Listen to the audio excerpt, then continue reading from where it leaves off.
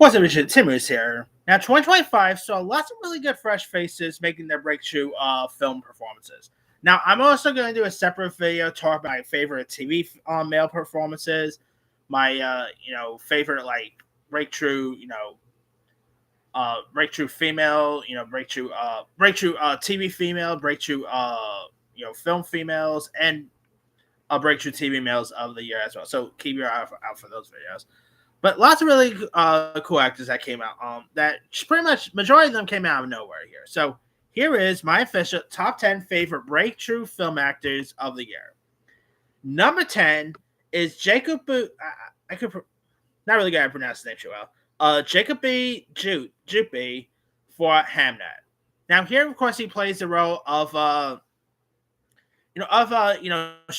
Shakespeare and Ann's son here, and he really does such a good job here. He does play like the sensitive, imaginative kid who deeply bonded with his twin sister and mother, and his illness and inner world are like portrayed with poetic fragility here. And he really, of course, his brother Noah, who was actually also in that Shia LaBeouf movie Honey Boy, and he was also in A Quiet Place. He's also in this as well. But yeah, Jacoby does such a great job. Really emotional, plays an emotional character really well. Of course, obviously he is playing the character who pretty much inspires William Shakespeare to make Hamlet. And of course, Juppie recently scored a Critics' Choice nomination. We'll see if he'll actually take home that award next week. But he does such a good job here. And of course, he actually already got a new acting gig. He's set to join Scarlett Johansson for the new Exorcist film from Mike Flanagan. So he's definitely an actor eye out for. All right, speaking of Mike Flanagan, by the way. Number 9, I'm going with Benjamin Pajak for Life of Chuck. Now, of course, here he plays a younger version of Tom Hiddleston's character. And he, pretty much, I guess you could say Pajak is more the lead that Tom Hiddleston is, really. Tom Hiddleston, obviously, he is the center of the poster and all.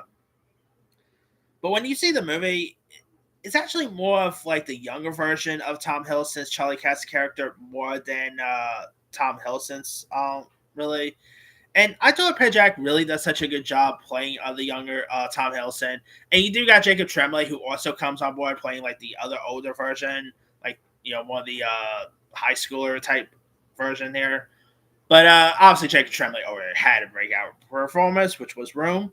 But this was pretty much Pajak's breakthrough. Mike Flanagan's son, forgot the actor's name. He also plays the other younger version. Obviously, this movie is told through the life of the Charles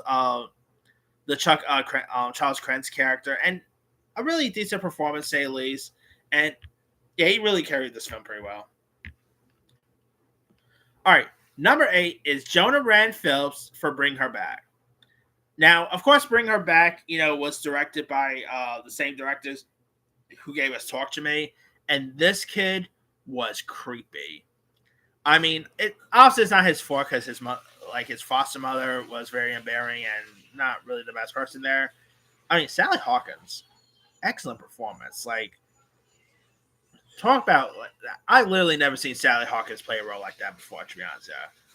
And Jonah Rand Phillips, of course, this was actually, I think this was his first feature film, if I'm not mistaken, and he really carried it really well. I mean, man, the scene where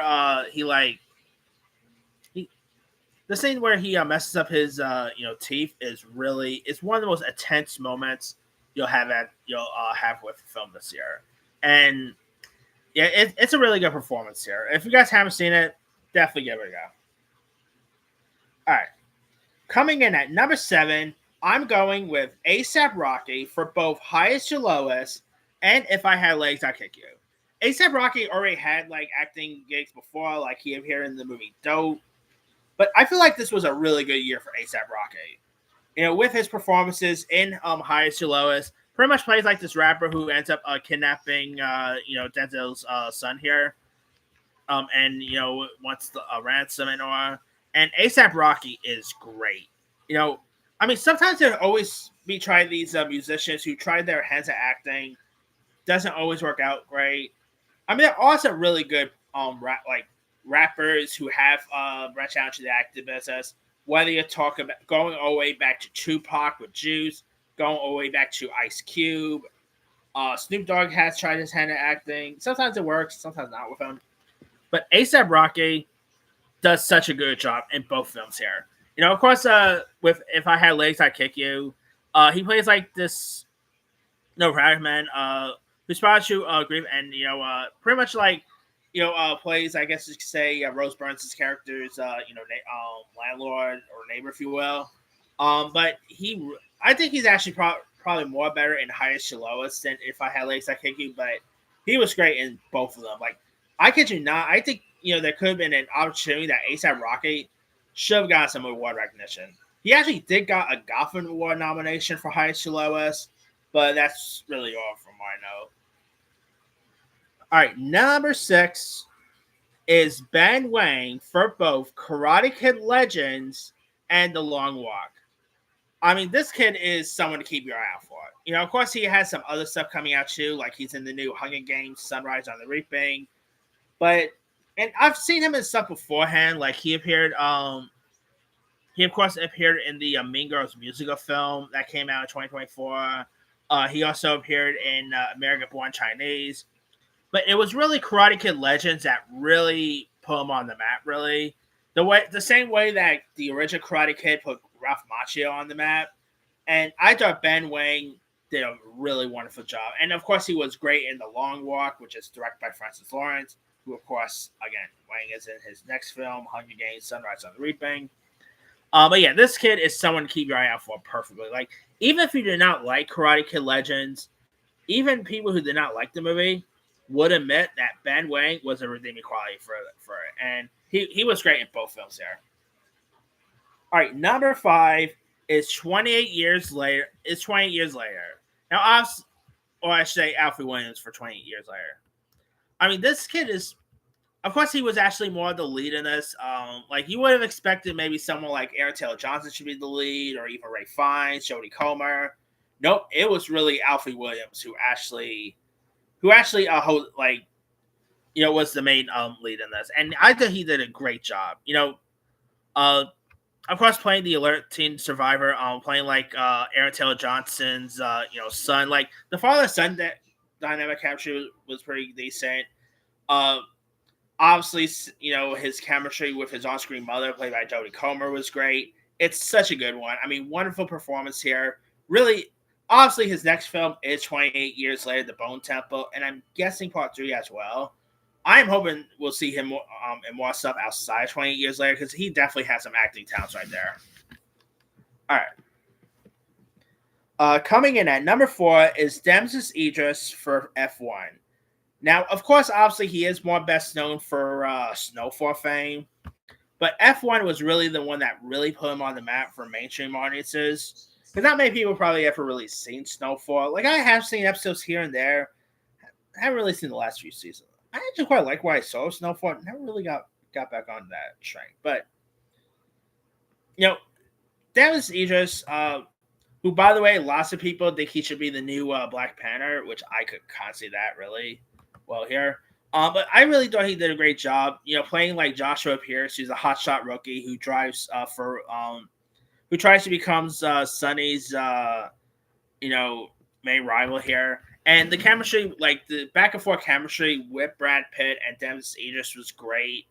Joseph Kosinski, he's so strange at directing films that gives people their break. Like, obviously, Glenn Powell with Top Gun Maverick and all. But, yeah, I thought Damasus Idris did such a good job with this film.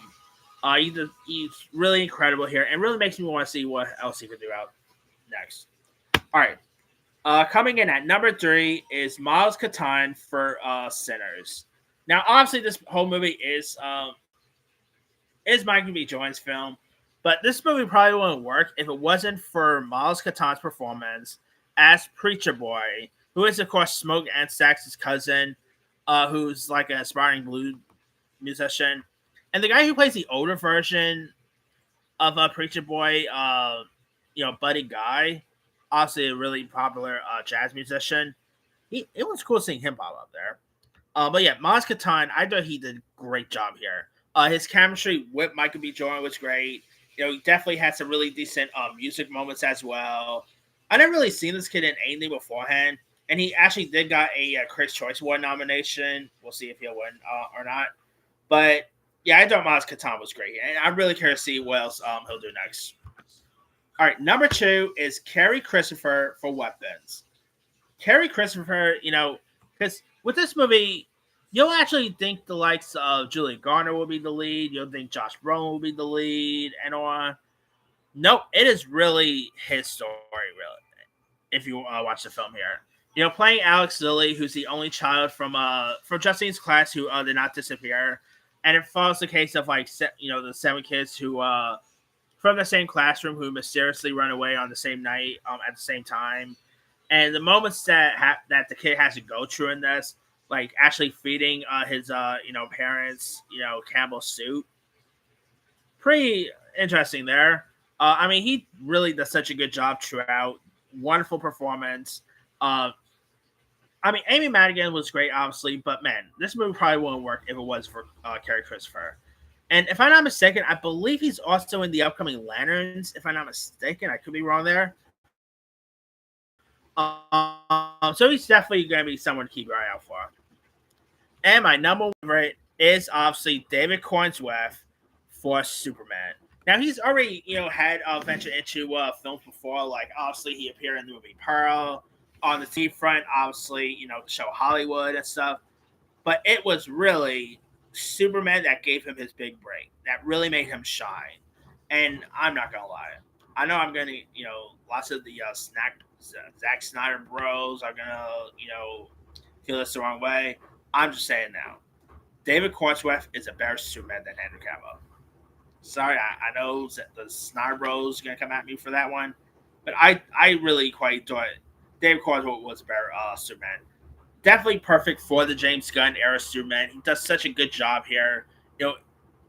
I mean, he really does like his own thing as Superman. He doesn't try to imitate Christopher Reeve's Superman. He doesn't try to imitate Henry Cavill's or Brandon Routh's Superman. He just does such a great job here, and really can't wait to see. I know he's going to come back for Superman and all, but I really can't wait to see what else he could do see him in more stuff outside of Superman. I know his next non-Superman film he's doing is this movie called Mr. Irrelevant. So he has that coming. So yeah, cool actor there. Anyway, that's pretty much it. Here's of course my quick rundown. Let me get back to it. All right. Number 10, Jacob E. Juppy for Hamnet. Number 9, Benjamin Pajak for Life of Chuck. 8, Jonah Ren Phillips for Bring Her Back.